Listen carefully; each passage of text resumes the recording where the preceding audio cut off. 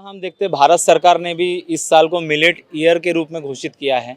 Millet में kudo है, कुटकी है, ज्वार है, बाजरा है, गेहूँ है, अलग अलग प्रकार के जितने भी सीड्स है या फिर हमारे भोजन में जो आहार में हमको न्यूट्रिशन देते हैं या विटामिन्स देते हैं, उसी में एक प्रकार की एक रोटी है जो अछूती रही है इतिहास से। इतिहास के जो लेखककार है जो व्यंजनों पे इतिहास लिखते हैं, जिन्होंने अलग अलग दौर में अलग अलग इतिहास में अलग अलग चीज़ों को इन्वर्ट्स किया है, उसमें जैसा उन्होंने कुलचे का जिक्र किया दिल्ली में जो पाया जाता है, तंदूर का जिक्र किया, तंदूरी रोटी का जिक्र किया, रुमाली रोटी का जिक्र किया।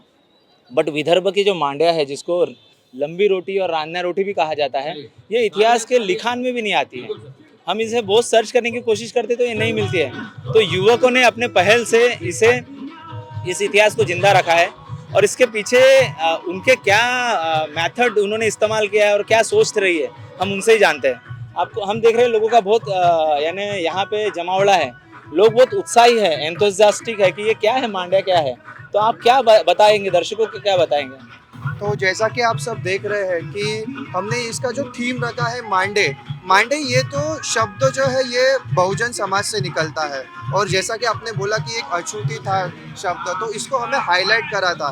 जैसे और भी कल्चरल हेरिटेज फूड है, वैसे हमारे बहुजन समाज के भी कल्चरल हेरिटेज फूड है, पर वो कहीं ना कहीं कोई ना कोई कारणवश वो छुपे हैं। पर हम ऐसे ही एक्सपो लेके हम उसको और एक्सपोजर दे रहे हैं ताकि लोगों को इसके बारे में और पता चले। और आप पब्लिक के रिस्पॉन्स से देख ही सकते हैं कि लोगों को ये चीज़ कितनी पसंद आती है।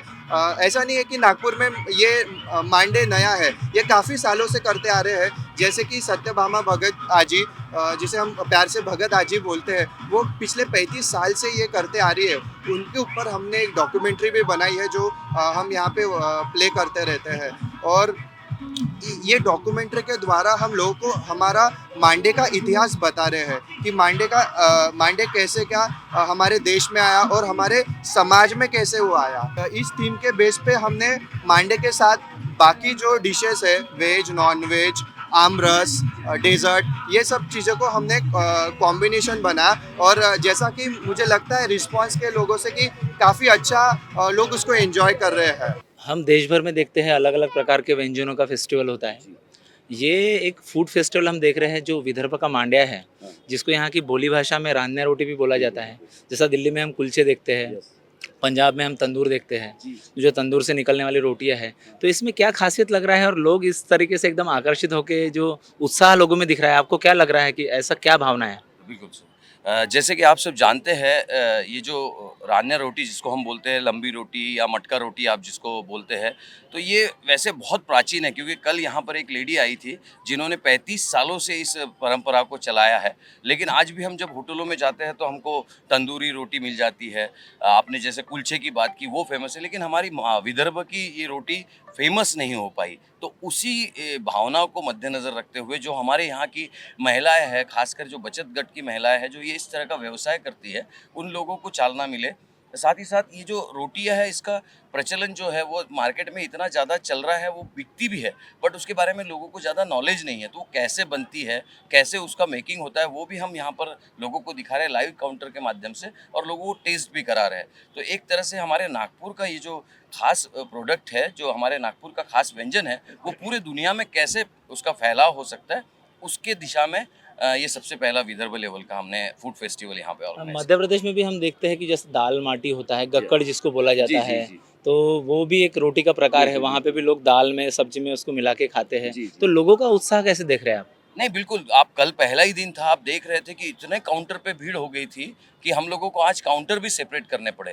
तो बहुत अच्छा रिस्पॉन्स है, करीब-करीब कल भी 2 से 3 हज़ार लोग आए थे, जबकि बहुत ज़्यादा इसका मार्केटिंग नहीं हुआ है। लेकिन अब आप जैसे अगर न्यूज़ चैनल के माध्यम से ये सारी चीज़ें, क्योंकि ये मांड्या रोटी जो है या जिसको लंबी रोटी बोलते हैं, रान्या रोटी जो बोलते हैं, तो ये बहुत कम लोगों को इसके बारे में नॉलेज है। तो हम चाहते हैं कि ये सारे लोगों तक फैलाया जाए। उसी दिशा में हम लोग ये प्रयास कर रहे हैं। और जैसे आपने कहा कि मध्य प्रदेश में या हर प्रांत में 10-10 किलोमीटर पर भी हम चले जाते हैं तो रोटी के प्रकार बदलते चले जाते हैं। तो ये भी एक प्रकार ऐसा होना चाहिए कि वो हर जगह, हर 5 स्टार होटल में इसका एक स्पेशल डिमांड होना चाहिए।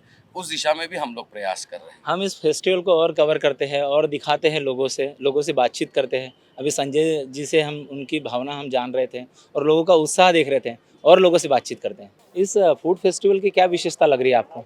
सर, इस फूड फेस्टिवल की विशेषता मैं बताना चाहूँगा कि जैसे मैं पहले खुद के बारे में बता दूँ, मैं नयन लोखंडे प्रवर्तन इवेंट्स में वर्क करता हूँ। आज ही शुभम भी, ये भी हमारे साथ है। इस फूड फेस्टिवल की विशेषता यही है कि जो लंबी रोटी होती है, लाम रोटियाँ जिसे हम कहते हैं, ये लाम रोटी हमारा एक फूड है।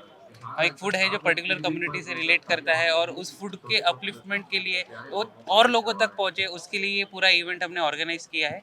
आप जैसे देख सकते हैं कि हमने सेंट्रलाइज यहाँ पे एक उसके लिए ही स्पेशल काउंटर बनाया, लाइव काउंटर, जहाँ से लोगों को इसके बारे में पता चले।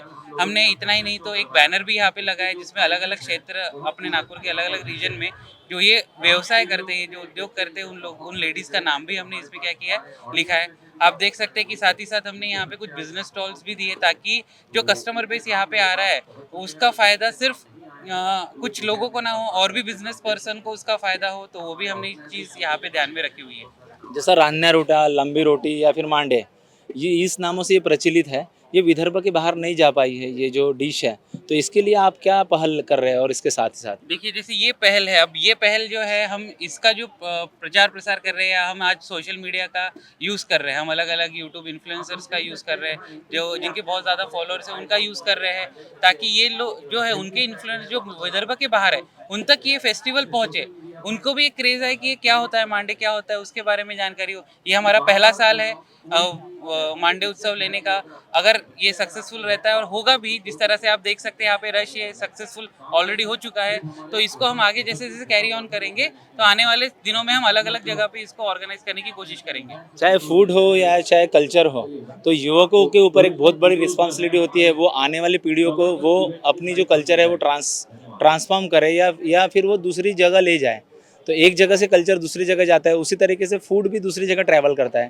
तो हमारे साथ और युवा है जो व्यवसायी है, उनसे भी हम जानते हैं कि वो क्या सोचते हैं इसके पीछे। सर, ये बिल्कुल ये जो हमने स्टार्टअप जो हमने किया है, हमारा पहला हुआ था नेशनल ट्रेड फेयर करके, युवा को आगे बढ़ाने के लिए, जो युवा अभी भी बिजनेस में आ रहे हैं उनको एक प्रोत्साहन मिले, उनको एक मोटिवेशन मिल के वो जो अपने बिजनेस करने की, मतलब जो अभी है वो नए नए आइडिया इम्प्लीमेंट करके अपनी पहल चालू करें।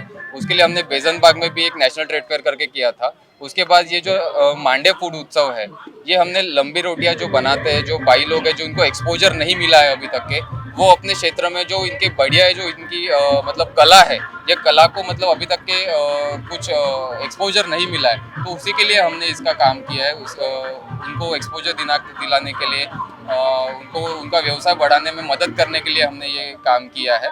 तो ये वो पहल है, इसको हम आने वाले दिनों में और कई जगह पे ऑर्गेनाइज करने का। राजस्थान हो, हरियाणा हो या पंजाब हो या दिल्ली हो, जैसा दिल्ली में कुलचे फेमस है, पंजाब में वहाँ का तंदूर फेमस है, तो महाराष्ट्र के एक विदर्भ प्रांत का ये जो रोटी है, जो रोटी के डिश में आती है, जिसको मांड्या, लांबी रोटी या फिर रान्या रोटी बोलते हैं, युवकों की यह पहल है, बहुत अच्छी पहल है। आवाज़ इंडिया टीवी इसको और अच्छे तरीके से देश में पहुँचाएगा।